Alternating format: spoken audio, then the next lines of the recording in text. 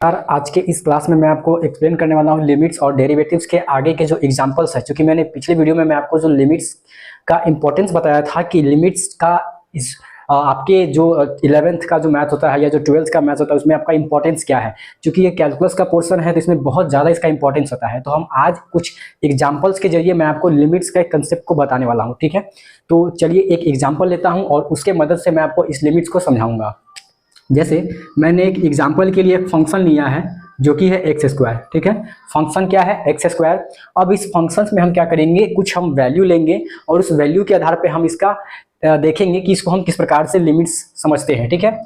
तो देखिए हम क्या करते हैं, कुछ वैल्यू लेते हैं। जैसे जीरो के आसपास की कुछ वैल्यू हम लिखेंगे, जैसे -1, -2, -3, 1, 2 और 3, ठीक है। तो इस प्रकार से हम क्या करते हैं, इसमें हम कुछ वैल्यू पुट करके देखते हैं। जैसे हम अगर इसमें हम लिखना चाहें f(-3), यानी कि हम क्या करते हैं, इसमें हम सबसे पहले हम जीरो के आसपास की वैल्यू लेते हैं, ठीक है।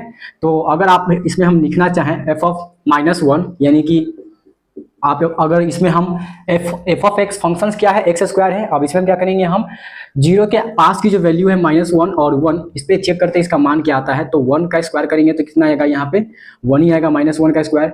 इसी प्रकार से आप अगर 1 निकालते हैं तो f(1) निकालते हैं तो फंक्शन में हम 1 रखेंगे तो 1 रखने पर भी 1 का स्क्वायर यानी कि कितना आता है, 1 ही आता है, ठीक है। इस प्रकार से हमने क्या किया, जीरो के पास की वैल्यू लिया। अब जीरो के पास की वैल्यू मतलब जीरो के हमने इधर से लिया है, लेफ्ट साइड से लिया है और राइट साइड से लिया है, और दोनों जो वैल्यू है वो क्या आ रहा है, सेम आ रहा है, ठीक है। तो आप यहाँ पे देख सकते हैं कि जब हमने जीरो के पास की वैल्यू को लिया, चाहे वो लेफ्ट साइड से लिए हूँ या राइट साइड से लिए हूँ, उसका वैल्यू क्या आ रहा है, सेम आ रहा है, 1 ही आ रहा है। इस प्रकार से आप दूसरी वैल्यू को भी चेक कर सकते हैं। जैसे अगर हम f(-2) पर चेक करना चाहें तो f(-2) फंक्शन क्या है, एक्स स्क्वायर, तो -2 रखेंगे तो -2 का स्क्वायर करना पड़ेगा, और -2 का स्क्वायर कितना होता है, 4 होता है।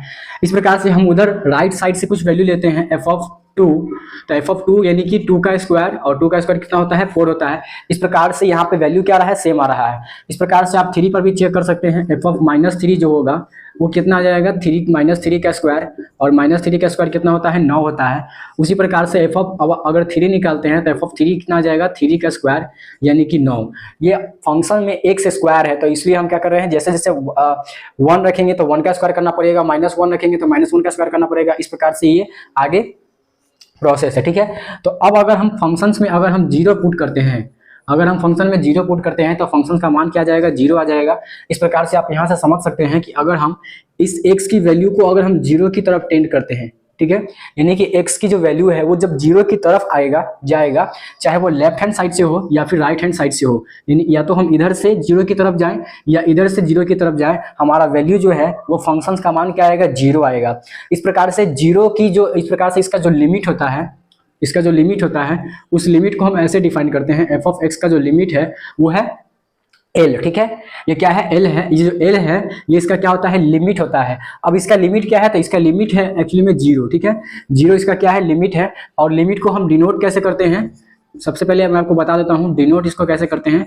इसको डिनोट करते हैं limit x tends to a f(x) बराबर L, ठीक है। इसको हम ऐसे दर्शाते हैं, limit x tends to a f(x) बराबर L।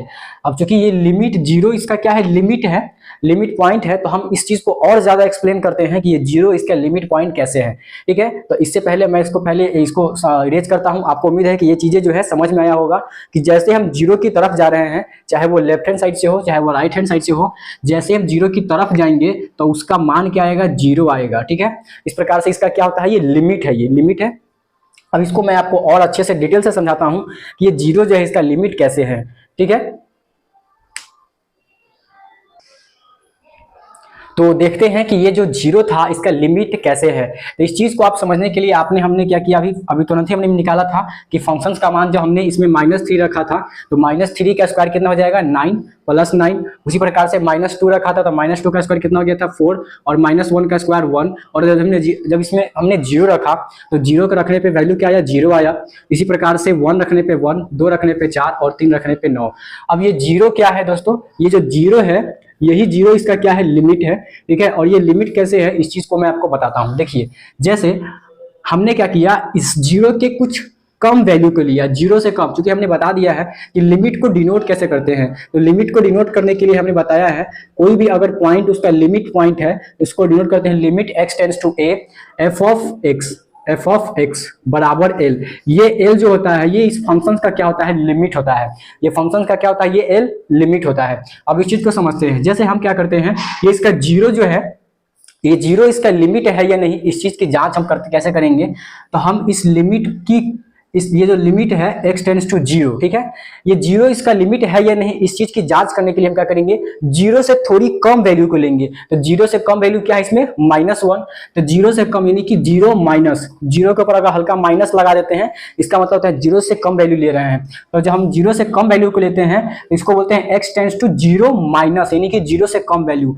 तो जब हमने इसमें जीरो से कम वैल्यू को डाला फंक्शंस में, तो इस फंक्शंस में जब हम जीरो से कम वैल्यू को डालेंगे तो यहां से आप देख सकते हैं limit x tends to zero minus function क्या है, फंक्शन है एक्स स्क्वायर। तो चूंकि जीरो से हम कम वैल्यू लेंगे, जैसे हमने क्या लिया -1 को लिया, तो -1 का स्क्वायर करेंगे कितना आएगा, 1 आएगा, ठीक है, 1 आएगा।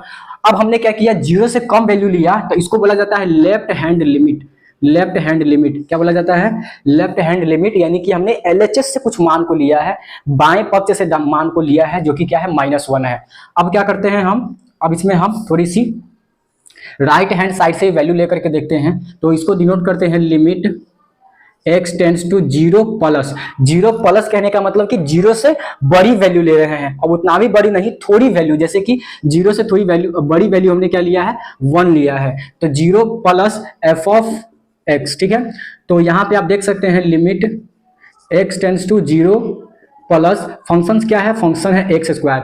तो जैसे ही हम इसमें क्या करेंगे, जैसे ही हम इसमें limit x tends to zero plus मतलब कि जीरो से थोड़ी बड़ी वैल्यू लेंगे, जैसे 1 हमने ले लिया तो 1 लेंगे, तो 1 यहाँ पे लिमिट पुट करेंगे तो 1 का स्क्वायर करेंगे तो भी कितना आएगा, 1 आएगा। तो आप यहाँ से समझ सकते हैं कि जब हमने जीरो से कम वैल्यू लिया, जैसे हमने क्या लिया -1 लिया, तो उसको जब हमने लिमिट में रखा तब भी कितना आया, 1 ही आया। इस प्रकार से जब हमने जीरो से थोड़ी बड़ी वैल्यू लिया, जैसे हमने 1 लिया, तभी आंसर कितना आया है, 1 ही आया, इसका लिमिट क्या आया, 1 ही आया है। इस प्रकार से आप समझ सकते हैं कि ये जो जीरो है, ये जीरो इसका लिमिट पॉइंट है, लिमिट है। अब इस चीज को कैसे दर्शाएंगे, तो इस चीज को ऐसे दर्शा सकते हैं, क्योंकि limit x tends to zero minus f of x, limit x tends to zero minus f of x, इसको बोला जाता है लेफ्ट हैंड लिमिट। क्यों, क्योंकि हमने जीरो से कम वैल्यू को लिया, क्योंकि हमने जीरो से कम वैल्यू को लिया है, जीरो के बाएं पक्ष से वैल्यू को लिया, इसलिए इसको लेफ्ट हैंड लिमिट बोला जाता है। और इसको ऐसे ही डिनोट किया जाता है limit x tends to zero minus f of x.